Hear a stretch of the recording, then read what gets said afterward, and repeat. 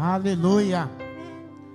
Nós louvamos ao Senhor, porque se aqui nós estamos, é porque Ele reservou este dia, este momento, para que estivéssemos em Tua presença. Amém? Então, irmãos, a paz do Senhor. Glória a Deus. Vocês acharam que eu esqueci, né? Esqueci não. Vamos abrir as nossas Bíblias no Evangelho que escreveu Lucas, no capítulo de número 9. É um texto que, creio eu, muito conhecido da igreja. As pessoas costumam usar mais Mateus 16, mas eu vou usar Lucas 9.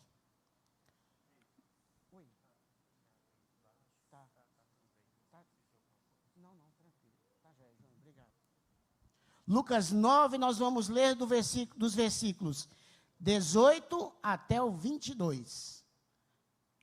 Eu acho que você está sentado. À medida que você se encontrar, por favor, coloque-se em pé. Lucas 9, dos versículos 18 até o 22. Você encontrou? Diga amém. Ótimo. Achando ele, orando à parte, achavam-se próximos os seus discípulos, a quem perguntou: quem as multidões dizem que sou eu? Eles responderam: João Batista, mas outros, Elias, e ainda outros dizem que ressurgiu algum dos antigos profetas. Mas vós, perguntou ele, quem dizeis que eu sou? Pedro falou e disse: tu és o Cristo de Deus. Ele os repreendeu, mandando que a ninguém declarassem tais coisas, dizendo: antes é necessário que o Filho do Homem sofra muitas coisas, seja rejeitado pelos anciãos, pelos principais sacerdotes e escribas, seja morto e no terceiro dia ressuscite. Fecha seus olhos mais uma vez. Pai, tua palavra foi lida e nesta noite nós queremos pedir que a mão do Senhor e Deus esteja nos conduzindo. Não seja teu servo a falar, mas seja o teu Espírito Santo a nos conduzir. Nos abençoe nesta noite, para que esta palavra encontre guarida em cada coração necessitado aqui nesta noite. Nós te louvamos, gratos por aquilo que já aconteceu e por aquilo que o Senhor ainda irá realizar no seio da tua igreja. Nós te louvamos, gratos por tudo. Em nome de Jesus. Amém.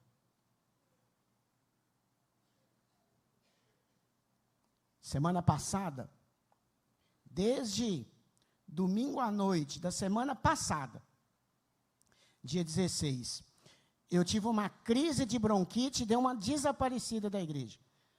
Estava previsto ir no monte, não fui. Estava previsto vir à igreja durante a semana, não vim. Aí acabei que acarretou todo mundo lá em casa. E hoje o Silas está meio ruim. Na hora de vir para o culto, o Silas começou a vomitar. E aí hoje não deu para a Lília vir com o Silas. Aí veio a Ágata comigo. Aí eu falei com a Ágata assim: Ágata, se eu cantar, eu não prego. Aí se eu pregar, eu não canto. Então eu tenho que definir. Ou uma coisa, ou outra. Mas creio eu que é o Espírito Santo de Deus quem conduz a vida do seu povo. Amém? Nós vamos tratar de um tema nesta noite que é muito importante, ele é salutar para os nossos dias. Nós vamos falar sobre opiniões. Vamos trazer à tona a respeito de opiniões. E dentro disso, a gente vai ver o que esse texto trata. Porque se você parar para olhar nos nossos dias, essa pergunta é muito feita. Ela é muito importante para os dias atuais. Quem é Jesus? Quem as multidões dizem que eu sou? Os discípulos, ouvindo o que era espalhado pela região, disseram: João Batista, mas outros que é Elias. Outros ainda dizem que ressurgiu algum dos antigos profetas. Alguma verdade há nessa declaração. Sabe por quê? Na antiga aliança, Moisés profetizou no povo, no meio do povo, lá no deserto, antes da entrada em Canaã, que após ele viria um outro profeta, semelhante a ele, mas superior. De quem que Moisés estava dizendo? Jesus Cristo. Então, há uma verdade nesse texto. E hoje, nós encontramos muitas opiniões acerca de quem é Jesus. Por exemplo, revistas de circulação nacional, até mesmo internacional, em épocas de Natal, épocas de Páscoa, agora até mesmo no Carnaval, né? Que deram para expressar a opinião de quem é Jesus através de carros alegóricos, expressando para eles quem é Jesus. Mas sempre eles trazem a opinião deles de quem é Jesus. Só que isso nos faz ver que opinião não salva ninguém. Opinião não salva literalmente ninguém. Sabe por quê? Porque muitas vezes, quando são opiniões, são expressas algo que falamos a respeito de nossos pensamentos. E pensamos aquilo que nós não conhecemos. O profeta Isaías, capítulo 55, versos 8 e 9, ele diz que Deus, falando para o povo, que os meus caminhos não são os vossos caminhos, que os meus pensamentos também não são os vossos pensamentos. Os meus caminhos estão acima dos vossos caminhos, e os meus pensamentos muito acima dos vossos pensamentos. Então, o que muitas vezes se pensa a respeito de Jesus é mentira, não é verdade, porque muitas vezes, quando se expressa uma opinião, se expressa sobre algo que não conhecemos, se expressa sobre algo que não temos conhecimento, que não temos intimidade. E aquilo era um movimento recorrente. E Jesus questiona os seus discípulos. Quem as multidões? Ele se interessa em saber o que diziam a seu respeito. Ele queria, naquele momento, trazer aos discípulos, mostrar aos seus discípulos que eles deveriam ter uma fé robusta, uma fé singela, simples, mas uma fé fortificada em Cristo. Porque não importa para Jesus saber o que as pessoas pensam dele. Não importa para Jesus saber o que as pessoas pensavam a seu respeito. Sabe por quê? Porque a identidade de Jesus estava firmada em Deus. Estava firmada no Pai. No dia do seu batismo, o que Deus fala? Este é o meu Filho amado, em quem eu me alegro, em quem eu me comprazo. E é nisto que Jesus estava firmado. Aquilo que o Pai afirmava a respeito de Jesus, era nisso que ele tinha a sua firmeza. Então, quem era Jesus? O Filho amado de Deus Pai, enviado por Ele para morrer a nossa morte, pagar o resgate necessário para nos livrar das garras do diabo. Esse é o Deus que nós servimos. E esse é o Deus o qual Jesus veio sobre a terra. Então nós precisamos saber. E muitas opiniões eram expressas, não somente pelo povo. Se você voltar a Lucas, do 7 até o 9, você vai ver a respeito de Herodes, o tetrarca. Ele querendo saber quem era Jesus, ele questionando, quem é Jesus? Quem é este, o qual as pessoas tanto falam a seu respeito? E eles viram e falam a mesma resposta. João Batista, outros que é Elias, e que ressurgiu algum dos antigos profetas. Dos antigos profetas que profetizaram no passado.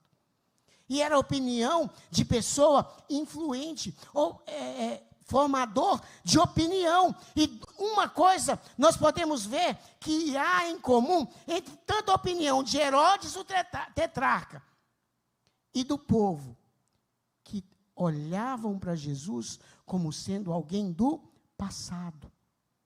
Porque João Batista, o profeta, o rei Herodes, o tetrarca, diz que eu decapitei. Mas João Batista era poderoso. Ele nunca havia realizado um milagre sequer. Mas tudo o que ele profetizou foi verdade a respeito de Cristo. Ele, que conforme fora profetizada pelo profeta Isaías, veio para preparar o caminho de Cristo. Aplainar os caminhos do Senhor. Preparar os nossos corações para recebê-lo. E Elias? Elias foi um profeta poderoso, profeta do passado também, mas que também já não existia. Elias também realizou muitos milagres, Elias também realizou muitos sinais e prodígios, mas também era do passado. Os outros sacerdotes, os outros profetas, os quais também eram relacionados nesses 2 textos que nós dissemos, também tratavam sobre Jesus, sobre profetas do passado, que já haviam morrido.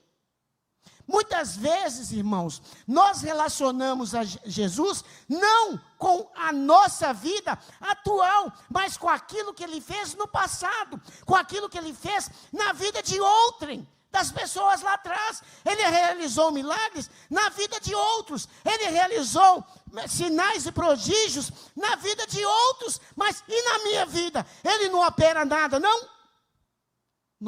Muitas vezes, não estou dizendo do mundo, não. Nós, crentes, salvos em Cristo, vivendo na presença dEle, dentro da igreja, muitas vezes nós relacionamos a obra de Cristo somente ao passado, como se Ele permanecesse morto na sepultura, mas Cristo ressuscitou para nos dar vida e vida eterna. Nós precisamos ter consciência disso, que Cristo não agiu somente no passado, Ele age ainda hoje. E se você abrir o seu coração, Ele vai também agir na sua vida de uma forma muito especial. Tenha consciência disso. Mas vamos caminhar um pouquinho.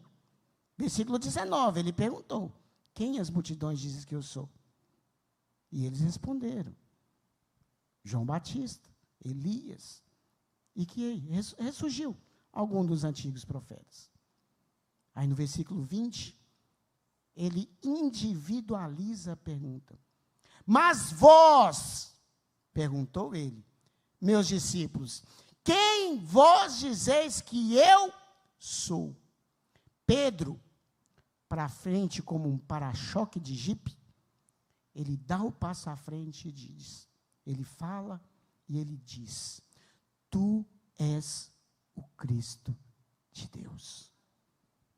Tu és o Cristo de Deus. Essa é uma pergunta que foi trazida a todos os discípulos, mas nós podemos trazer essa pergunta para nós. Quem é Jesus para você? Quem é Jesus para mim? Quem é Jesus para a vida dos seus filhos? Essa é uma pergunta que ela precisa ser respondida individualmente por cada um de nós. Porque se nós não crermos quem é Jesus, essa pergunta, a resposta que nós daremos individualmente a esta pergunta, dirá onde nós iremos passar a nossa eternidade. Noutro contexto, Lá em João 8, versículo 23 e 24, Jesus conversando com as pessoas, conversando lá na região onde ele estava, ele pergunta, ele fala, que vós sois cá de baixo, eu sou lá do alto. Vós sois desse mundo eu não sou. E digo mais, vós morrereis nos vossos pecados, se não credes que eu sou. A resposta que nós damos a esta pergunta vai dizer onde passaremos a nossa eternidade. Se seremos ajuntados com as ovelhas ou apartados com os bodes. Seremos ajuntados no celeiro com o trigo ou seremos queimados com a palha? Qual é a resposta que nós damos a esta pergunta? Porque muitas vezes, eu quero falar para você nesta noite, muitas vezes nós damos uma resposta muito religiosa. Aquilo que nós aprendemos muitas vezes na nossa infância e damos essa resposta a vida inteira, mas é algo que vem da boca para fora. Mas e dentro de nós? Essa é uma pergunta que precisa partir do íntimo, do nosso ser, lá do fundo, da nossa alma. Quem é Jesus para mim? Quem é Jesus para você? Você já se questionou quem Jesus é para você? Pedro responde, tu és o Cristo. Cristo é no grego, Christos. No hebraico é Mashiach, ou Messias. Quem é Jesus? Pode ser algo assim decorado. Mas há outras, muitas perguntas que respondem quem é Jesus. Ele é o príncipe da paz? Ele é o Pai da eternidade? Ele é a expressão exata do ser de Deus? Ele é aquele que a nossa alma tanto anseia? Ele é aquele aguardado das nações? Ele é aquele ao qual esperamos há tanto tempo para vir tirar o pecado que tanto nos consome? Ele é a cura que vem para poder saciar a nossa alma, preencher o vazio interior que só Deus pode preencher. Nós podemos dar várias respostas a esta pergunta, mas não simplesmente respostas que vêm da boca para fora, mas respostas que brotam do fundo da nossa alma. Quem é Jesus para mim? Ele é o Redentor que pagou o meu pecado na cruz. Ele é aquele que selou toda a dívida na cruz, pagou toda a cédula de dívida. E se hoje eu estou aqui, é porque Ele deu vitória, e eu tenho vitória em Cristo Jesus, porque Ele pagou o meu pecado na cruz do Calvário. Nós precisamos nos conscientizar de quem Jesus é, mas não pode ser uma pergunta exterior, tem que ser uma pergunta visceral, que venha do fundo do nosso coração, venha daquilo que está falando dentro do nosso coração, porque o profeta profetizou que a entrada, a vinda de Jesus para as nossas vidas, seria operado um transplante de coração, e nós teríamos arrancados de nosso peito aquele coração de pedra, e seria colocado em nós um coração de carne, um novo coração que pulsa pela vontade santa, pulsa pela vontade soberana, uma vontade que não vem de nós mesmos, que não vem de nossas vidas, mas que vem lá do alto, porque eu elevo os meus olhos para os montes, de onde é que vem o meu socorro? O meu socorro vem do Senhor, que criou os céus e a terra, que me fez, que soprou o fôlego de vida nas minhas narinas, e hoje se tenho paz, eu tenho paz num Deus que me deu vida eterna, e na eternidade vou louvá-lo junto com os anjos, vou louvá-lo junto com meus irmãos, porque Ele é o Cristo que veio me salvar. Nós precisamos nos conscientizar, precisamos saber quem é Jesus. Não podemos dar respostas prontas. O teólogo, às vezes vocês vão me ver pensando um pouquinho, mas o teólogo José Antônio Pagola diz que muitas vezes as respostas que nós damos a respeito de quem é Jesus, nós aprendemos de uma forma muito religiosa já na nossa infância, lá no departamento infantil. Nós damos respostas prontas, que não flui do fundo do nosso ser, e isto precisa ser mudado.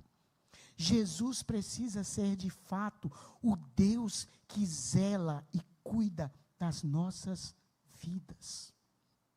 Isso é uma coisa que você pode contar para todo mundo. Jesus tem bênção para a sua vida. Ele quer te salvar. Ele quer te dar a maior de todas as vitórias. E a maior de todas as vitórias não é a cura da cegueira, não é a cura da AIDS, do câncer, não é nada disso. A maior vitória que Cristo pode nos dar é a salvação que fora obtida na cruz do Calvário por nossas vidas. Aleluia! Nós precisamos ter consciência disso.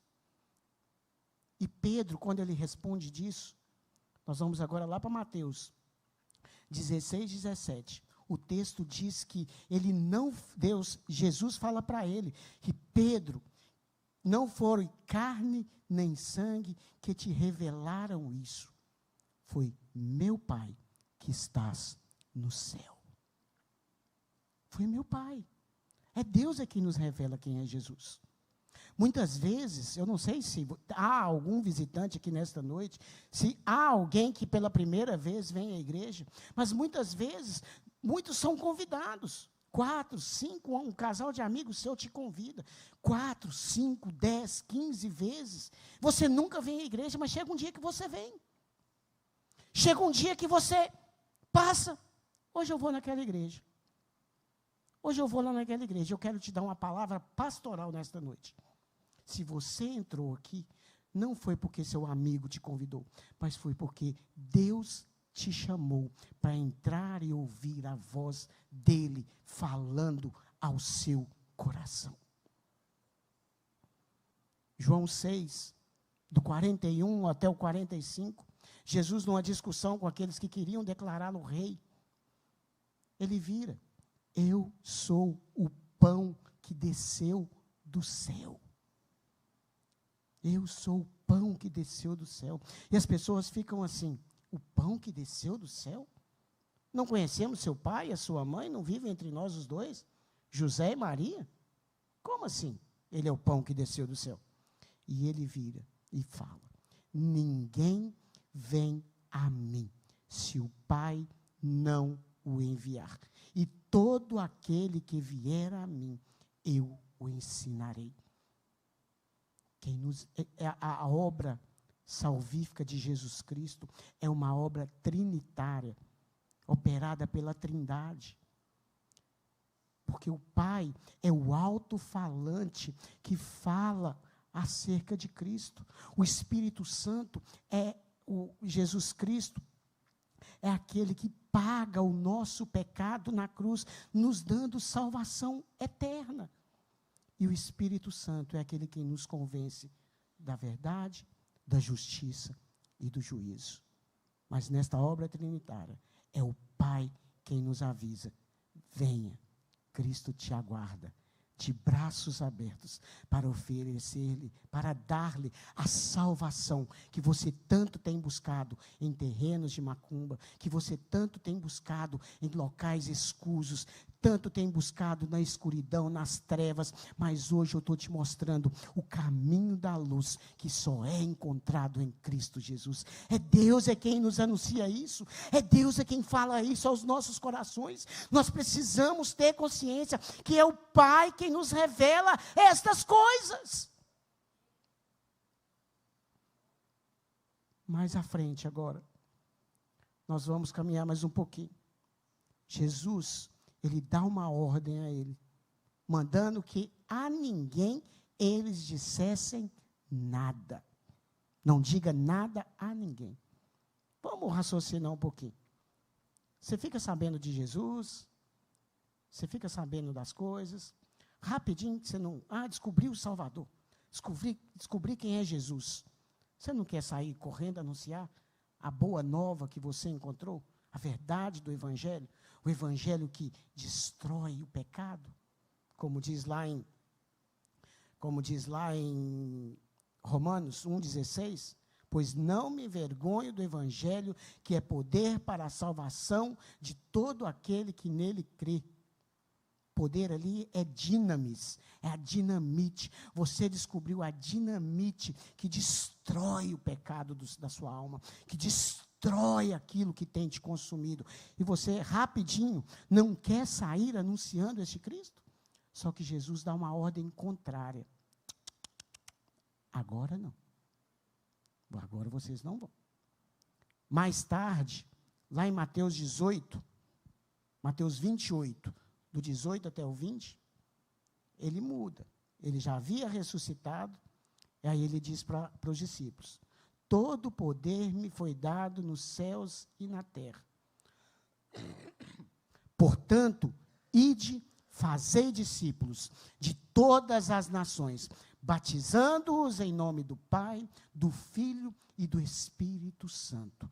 E eis que estarei convosco todos os dias, até a consumação dos séculos. Jesus já tinha ressuscitado, mas por que naquele momento que Pedro dá aquela resposta, e eles descobrem de fato que Jesus era o Cristo, ele proíbe que eles saiam o anunciando? Sabe por quê? Porque eles ainda não estavam prontos. Eles ainda não estavam prontos para poder anunciá-lo. Muitas coisas ainda haviam para poder acontecer. Ele vira e fala: antes é necessário que o Filho do Homem morra, ressuscite. Muitas coisas ainda haviam para acontecer. Mas dentro disso, eu quero te falar uma coisa antes, que eu estava me esquecendo. Lembra do que diz o início do versículo 18, de Lucas 9? Estando ele orando à parte, achavam-se próximos os seus discípulos, a quem perguntou: quem as multidões dizem que eu sou? E vós, quem dizeis que eu sou? Pensa um pouquinho, mais um pouquinho, vamos voltar um pouquinho atrás. Imagine se tudo o que fôssemos fazer, nós fizéssemos em oração, orando. Pais e mães fossem conversar com seus filhos em oração, em atitude de oração. Filhos fossem conversar com seus pais em atitude de oração. Ovelhas fossem conversar com seus pastores em atitude de oração. Nós, pastores, também. Todas as vezes que fôssemos conversar com as nossas ovelhas, ou melhor, as ovelhas do Senhor, fôssemos conversar numa atitude de oração. Se o relacionamento dentro dos lares fosse em oração, eu vou te falar uma coisa: nós teríamos mais revelação do Senhor, nós teríamos mais a receber do Senhor, teríamos menos opinião e mais revelação dada do alto dos céus para as nossas vidas. As coisas dos nossos lares funcionariam melhores do que funcionam hoje. Haveriam menos brigas, haveriam menos discussões, haveria um relacionamento mais saudável, sadio, pais ouviriam filhos, filhos obedeceriam pais, pais e filhos obedeceriam os mais velhos. A vida seria diferente. Mas é preciso que nós oremos ao Senhor e vamos até Ele numa atitude de oração. Busquemos mais orar, porque Lucas é o evangelho da oração. Várias e várias vezes nós encontramos Jesus orando. Então, muitas vezes nós necessitamos orar para tomarmos atitudes que sejam centradas, não em nossa vontade humana, porque muitas vezes dizemos que servimos a Deus, mas na primeira oportunidade viramos as costas e agimos conforme o nosso querer, agimos conforme a nossa necessidade. Mas quando nós oramos, nós deixamos Deus invadir a nossa alma, invadir o nosso ser, e as nossas atitudes são atitudes centradas na vontade do Senhor, que é santa e soberana para a vida dos teus filhos. Nós temos que ter consciência disso. Agora vamos voltar para o versículo 21. Jesus proíbe eles de anunciá-lo. Sabe por quê? Os discípulos, os judeus, tinham uma ideia errada a respeito do Messias. Eles esperavam um Messias que viesse montado como Moisés foi. Moisés foi um libertador. E eles tinham a ideia de que Jesus viria como um libertador, montado num cavalo branco, com um exército, operando sinais e prodígios, e libertasse o povo das garras do imperador romano, do César. Era esta a ideia romana. Dos judeus. Várias vezes, eles tentaram levantar outro Messias. Levantaram o Messias. Só que o reino de Jesus não é esse reino. Conforme Romanos 14, 17. Paulo diz que o reino do Senhor não é de comida nem de bebida, mas é de alegria, paz, alegria e no Espírito Santo de Deus. Nós precisamos ter consciência que o reino de Deus não é aqui. O reino de Deus, ele é celeste. Deus está nos preparando espiritualmente, preenchendo, mudando, santificando nossas vidas, para que nós possamos morar com Ele na eternidade. Então, o reino do Senhor não é aqui. Lembra que eu já falei de Romanos 8, 23 e 24? Que o reino dele não é aqui, mas é lá no alto. Espiritualmente, nós iremos habitar com Ele na glória. Espiritualmente, nós iremos habitar com Deus na eternidade. Para na eternidade, exercermos a função de filhos, co-herdeiros com Cristo Jesus. E da mesma forma que Ele ressuscitou, nós também vamos ressuscitar no último dia. Pois esta é a promessa dEle para as nossas vidas. Eu o ressuscitarei no último dia, para viver na eternidade, como filhos amados de Deus Pai. O reino do Senhor não é aqui, é lá, na glória, junto dEle. Precisamos saber disso, precisamos ter consciência disso. E o texto diz: antes é necessário que o Filho do Homem sofra muitas coisas, seja rejeitado pelos anciãos, pelos principais sacerdotes e escribas, seja morto e, no terceiro dia, ressuscite. Sabe qual que é a boa notícia de todo esses 5 versículos? O terceiro dia já raiou. O terceiro dia já chegou. Cristo não está mais na tumba. Cristo não está mais preso à cruz. Ele ressuscitou. Ele está nos céus junto do Pai. Ele está nos céus intercedendo por nossas vidas. Ele é o nosso advogado fiel. Ele é aquele que morreu a nossa morte. Foi morto, mas ao terceiro dia ele ressuscitou. Então agora é a hora de nós, como igreja, anunciá-lo. Agora nós, como igreja, é hora de levarmos às nações. Agora, como igreja, é hora de nós nos levarmos em Valadares, em Choninho de Baixo, Caratinga, Matias Lobato, Frei Inocêncio, Bahia, Belo Horizonte, Brasília, Brasil, até os confins da terra, porque o terceiro dia já raiou. O Espírito Santo de Deus levantou Jesus da tumba, e hoje temos vida e vida eterna, porque Ele é o nosso Deus, aleluia. Muitas vezes isso vai gerar sofrimento em nossas vidas. Muitas vezes isso vai doer um pouquinho.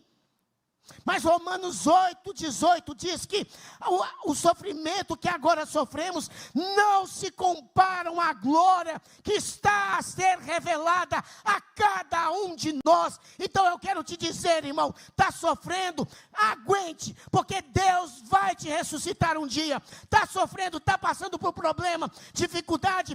Tenha certeza, como o Filho do Homem foi crucificado, morreu, nós também um dia vamos morrer, mas vamos ressuscitar com Ele, e a partir da salvação obtida em Cristo Jesus, nós passamos a andar em novidade de vida. Então, podemos levantar a nossa mão e dizer: Cristo é o meu Deus, Jesus é o meu Senhor, Ele é o meu Salvador, é aquele que me dá vida, mas não é uma vida que começa e termina aqui, é uma vida que se estenderá na eternidade, por trilhões e trilhões de anos, na presença desse Deus que é santo, que é poderoso, que é maravilhoso, o único que foi capaz de enviar o seu Filho amado, para morrer a minha, a sua, a nossa morte, para nos dar a vida eterna em Cristo Jesus. Aleluia!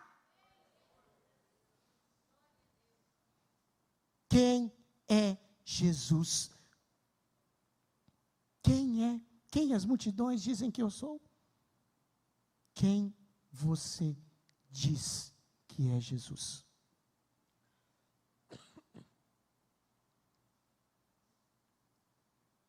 Talvez você ainda não parou para pensar nisso. Talvez você ainda vive achando que Jesus é aquele que age lá no passado. Talvez você anda ouvindo muito opiniões das pessoas, lendo muitas revistas. Talvez você é aquele que não tem convicção de quem Jesus é para você. Às vezes, na primeira oportunidade, você fala que é dele, mas na primeira oportunidade você vira as costas. E aí? Quem é Jesus para você? É uma palavra que precisa encontrar guarida nos nossos corações. É uma palavra que precisa ser uma verdade não relativa. O mundo hoje prega muito o relativismo. A pós-modernidade trouxe o relativismo. Não há verdade absoluta.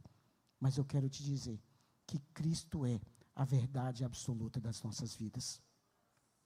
Não importa o que o mundo diz acerca de Jesus. Não importa o que o mundo diz acerca do Pai.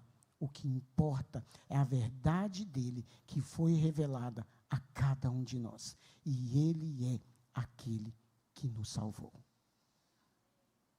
Como você chegou aqui nesta noite?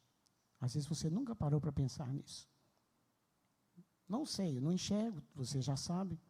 Às vezes tem alguém que entrou aqui a primeira vez e nunca tinha ouvido acerca disso. Escuta muito as opiniões lá fora. Eu quero te convidar para um a sós com Deus. Dobre os seus joelhos. Eu vou te dar 1 minuto.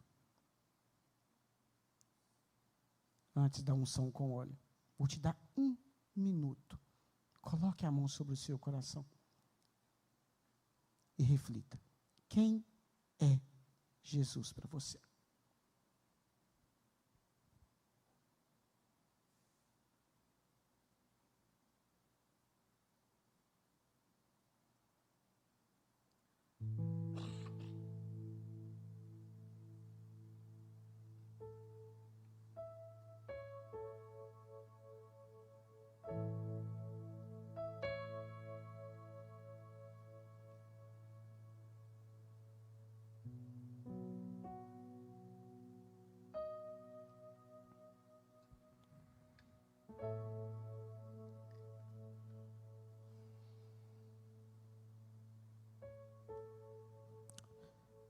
Pai, nós te louvamos, nós te bendizemos, ó Deus, por aquilo que o Senhor é. E o Senhor, ó Deus, não é aquilo que os outros dizem, mas o Senhor é aquilo que a Tua palavra revela a nós, ó Pai. O Senhor é o nosso Deus, o único capaz de se compadecer de nossas vidas, que morreu a nossa morte, que nos deu uma nova vida. O Senhor é aquele que é o caminho, é a verdade e é a vida. E ninguém vai ao Pai se não for para o Senhor. A tua palavra diz que muitos dirão: Senhor, Senhor. Mas o Senhor dirá que não os conhece, porque não tiveram uma vida centrada naquilo que o Senhor é. Então, nesta noite, ó Deus, se há alguém ainda que não tem esta convicção no seu coração, que eles venham ter, ó Pai, que eles venham se entregar, que eles venham se curvar ante aquilo que só Tu és, ó Deus, para as nossas vidas. A verdade revelada no Evangelho, a cura do câncer do pecado que nos consome. Se conosco nesta noite, abençoe nossas vidas, tome cada um nas Tuas mãos. Nós Te louvamos, o bendizendo por tudo agora, no santo e poderoso nome de Jesus. Amém. Creia naquilo que Deus é. Não fique de pensamentos obscuros, mas vá para a palavra do Senhor e receba dele o que Ele é para a sua vida.